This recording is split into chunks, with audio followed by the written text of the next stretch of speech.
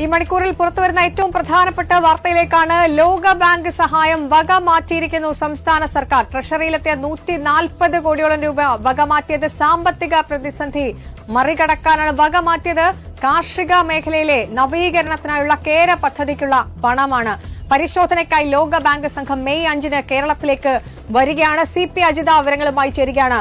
അജിത, സാമ്പത്തിക പ്രതിസന്ധി അത് യാഥാർത്ഥ്യമായിരിക്കാം. അതുണ്ടെങ്കിൽ തന്നെ ചട്ടം മറികടന്നുള്ള വളഞ്ഞ വഴിയാണോ ഒരു സർക്കാർ സ്വീകരിക്കേണ്ടത് എന്നുള്ള ചോദ്യമാണ് നിലനിൽക്കുന്നത്.